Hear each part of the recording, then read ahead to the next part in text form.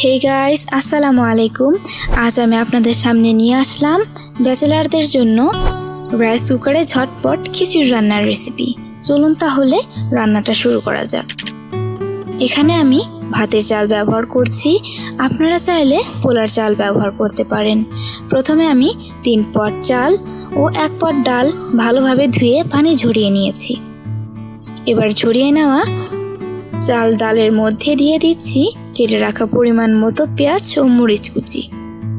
এর মধ্যে আরও অ্যাড করছি 2টি তেজপাতা, 3টি দারুচিনি, 2টি সাদা এলাচ ও 1টি কালো এলাচ, 1 চামচ জিরার গুঁড়া, হলুদের গুঁড়া, সজের গুঁড়া, স্বাদ মতো নুন এবং আদা রসুন পেঁয়াজ বাটা। আরও দিয়ে দিচ্ছি 1 কাপ পরিমাণ সরিষার তেল।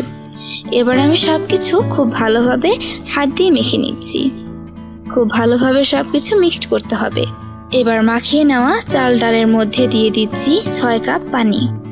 আপনারা সব সময় চালের দ্বিগুণ পানি দিবেন, তাহলে খিচুড়িটা অনেক পারফেক্ট হবে। এই পর্যায়ে আমি হাঁড়িটার ঢাকনা লাগিয়ে রান্না করার জন্য কুকার বসিয়ে দিচ্ছি।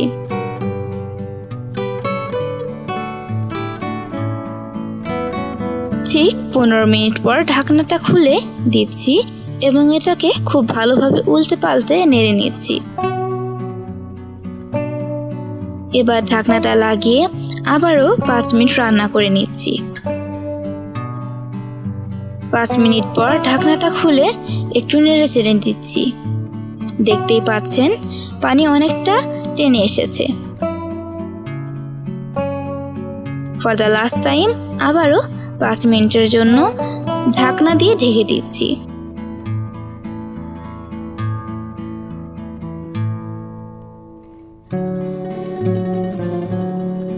5 মিনিট পর এসে দেখছি আমার খিচুড়ি রান্নাটা পারফেক্টলি তৈরি হয়ে গেছে।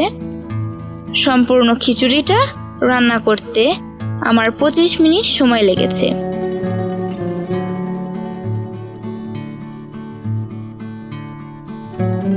আমি রাইস কুকার থেকে খিচুড়িটা আপনাদের সার্ভ করে দেখাচ্ছি।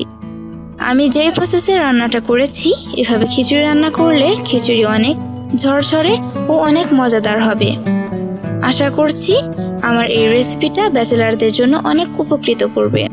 যারা ব্যাচেলার আছেন তারা অবশ্যই এই রেসিপিটা ট্রাই করবেন এবং কমেন্ট করে জানাতে ভুলবেন না কেমন হয়েছে। সো গাইস, আজকে আর কথা বাড়াচ্ছি না। আল্লাহ হাফেজ।